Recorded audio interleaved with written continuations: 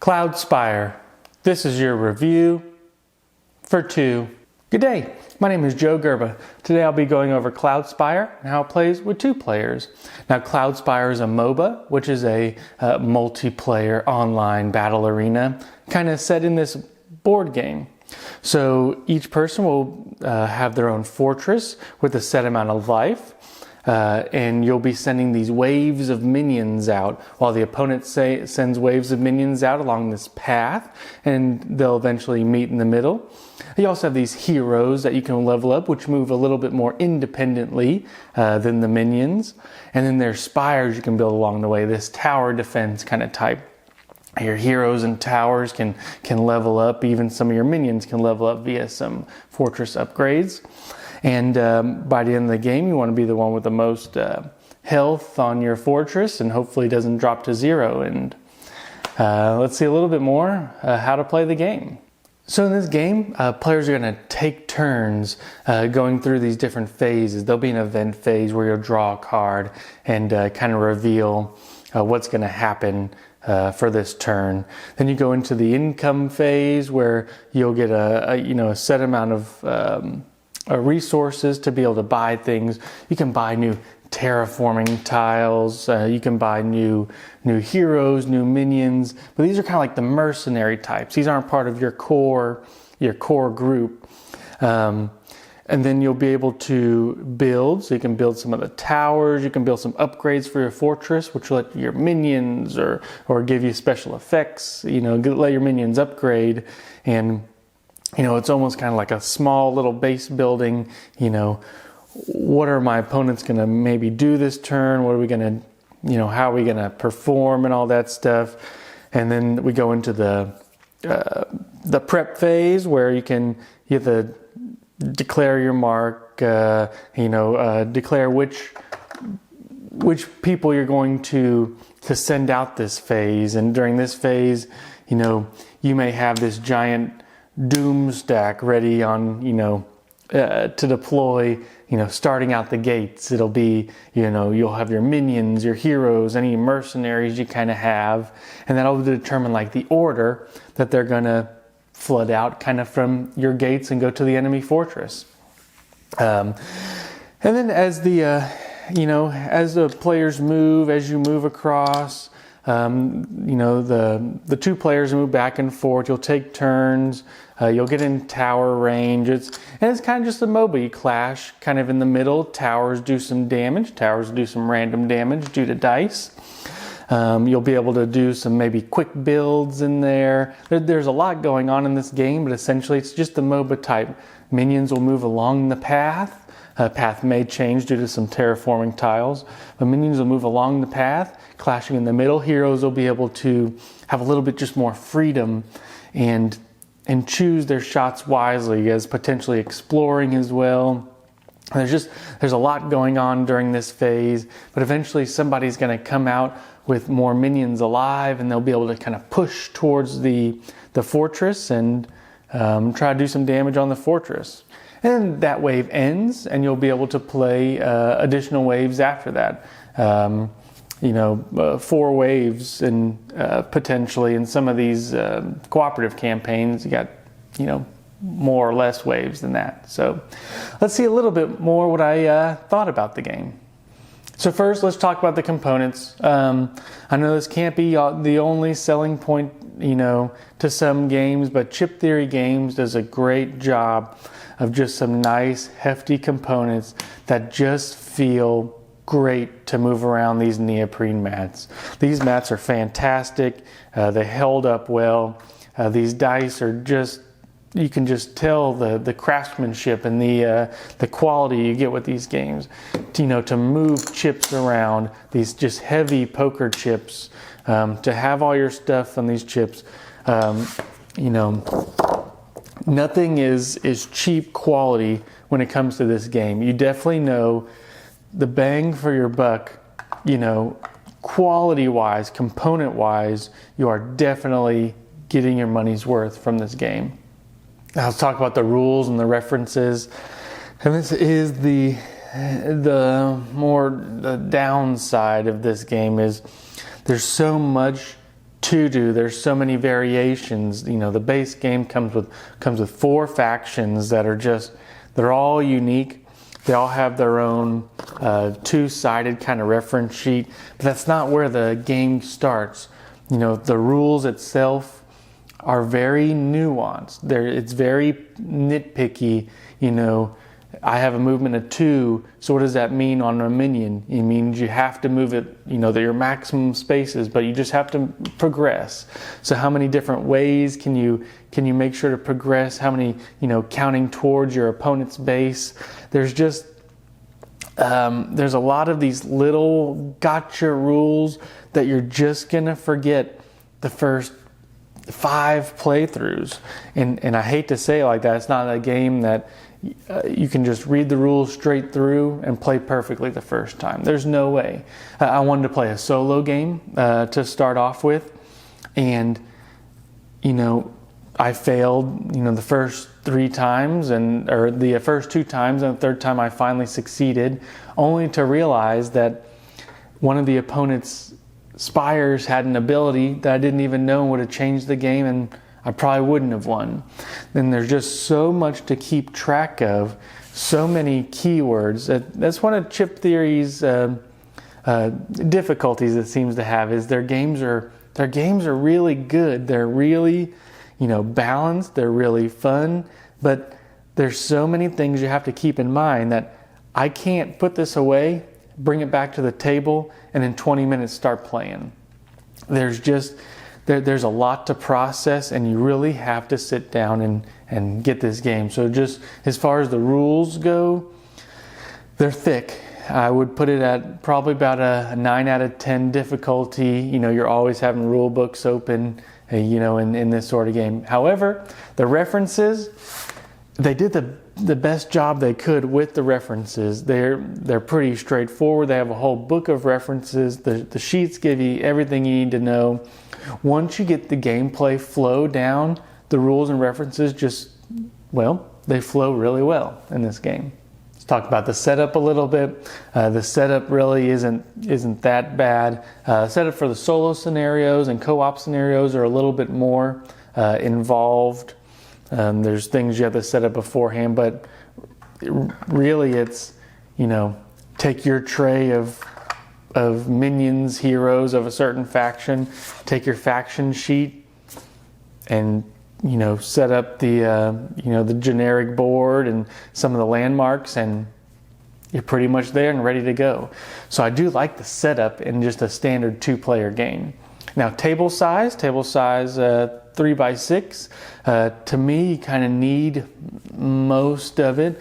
3x3 would just be a little too tight. The tiles and neoprene mats themselves probably already take a little bit more than that kind of space, and you run out of real estate quite a bit. So this game does take up a decent amount of table space.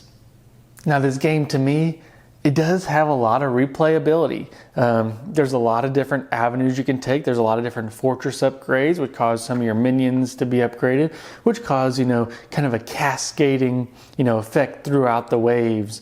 Some of these effects give you 3 CP or 3 extra money to spend every round, 3 extra source to spend every round, and it can be a different avenue each game depending on which upgrade you take. There's a lot of different choices you can make. The hero movement is very fluid in this game, and it's a really neat experience. You could play the same 2 factions against each other and have a different experience quite a bit of time, and that's what makes this game really neat. Is there's a lot of choices to be made other than minion movement, which you still have choices, but limited choices on that one. So let's talk about the luck versus strategy just a little bit. This is one of the games, unlike Too Many Bones from Chip Theory games where you're rolling dice all the time. The only dice that really get rolled often are the spires. So these are like the tower defense. So instead of just attacking for a set amount, they actually roll dice compared to their attack value. However, everything else in the game, all the minions, all the heroes, have a set amount. And that's a little bit different than, say, Too Many Bones, where, you know, if you just had minions on the board, you can almost predict who's going to come out on top because it's kind of set. There's no randomness involved. It's just my attack versus your defense. I do a couple points of damage. You take a few chips off. Now it's my turn to hit back, retaliation damage and stuff like that. So this game is a lot more strategy based than it may seem. You know, the Too Many Bones, you know, you'll be rolling, you know, 5-6 dice and hoping that you get a couple of those 2s instead of the 1s and no bones these rolls, and it's a lot of fun, where this feels a little bit more methodical along the way. So let's talk about the playtime. The playtime will take you probably about 2 hours minimum. You know, especially your first few times. There's a lot of rules to keep track in this game, but as you go, as you learn some of these factions, especially if you play the same 2 factions against each other, this game can speed up quite a bit. It's easy to reset kind of everything. You know, just take some of your upgrades off, put all your chips back, you're almost ready to start again. It's just a very, you know, fluid game once you get going. So, you know, the setup really doesn't take a whole lot of time, and then the play time isn't bad once you know the rules. So let's talk about this game for a little bit. This is a thick game that is a lot of fun. Now, is it great for 2-player? I don't know if I can fully endorse the 2-player. With some of the co-op scenarios, you know, you can't just teach somebody real quick, because the person almost teaching has to know potentially all 4 factions. You know, even kind of teaching a 2-player, you have to know what your people do and the other person, and have to know all the little rules in there, such as, you know, the first 4 times there's going to be a whole lot of, oh, you can't do that. Oh, it doesn't work that way. Oh, this actually comes before this and this. And that's kind of tough for a new person to really get invested in the game. So it's definitely one of those, if you have a set partner that is strategically as brain powered, as thinky as you are, this game is great. If you have a casual friend, you know, someone who just wants to, you know, kind of play a, you know, competitive game, but not really deep dive into the rules, I don't think this game is for you. But if you have a dedicated gaming partner, this game can be hours, days of fun. Like I said previously, the replayability is very high in this game. However, the learning curve is super steep. You know, to get to where this game is fun takes a few goes, takes a few, you know, games, takes someone almost intimately knowing these rules. So for 2 players, it's kind of tough to really fully recommend this game. Now, I did play some solo, especially to get started, and this game was like a puzzle. I really did enjoy it solo. I could play on my own time. I didn't feel like I was slowing the other person down, because really I was just slowing myself down. So I really enjoyed all the puzzles. It comes with a lot of solo campaigns. I think each faction has 3 scenarios itself, plus any additional factions you may order. I think there's 4 more factions that you can have for this game. So there's a lot of solo content. There's a couple cooperative scenarios, and there's a lot of even 2-player different variants of setups that you can have. So that's kind of where the game shines for me, is that puzzle aspect of the solo, where you almost have the full game with certain constraints and aspects to that they put you in, but you can still overcome over time, where you know how the opponent's going to move. Where in a 2-player game, it just kind of feels a little slow for a MOBA for myself. And that's just me. Mileage will vary, like I said, depending on your gaming partner. So, is this game great for 2? Like I said, highly dependent on who you're playing with. Is this game a great game? I think it is, but it is a lot to digest. And just know that going in, the most random part about the game are these event cards that you draw at the beginning of the turn, whether it may hinder or whether it may hurt you and your opponent. It's kind of tough to tell. But other than that, it's actually a super well-designed game. I like the difference between the factions. I like all these keywords, but as I said, not something that you can just grab and pick up off the shelf and be like, we're playing Cloudspire today, without knowing and kind of diving back down into the rules. So I really like this game. Can I give it my full support for 2? I don't think so. For solo, it's a great game.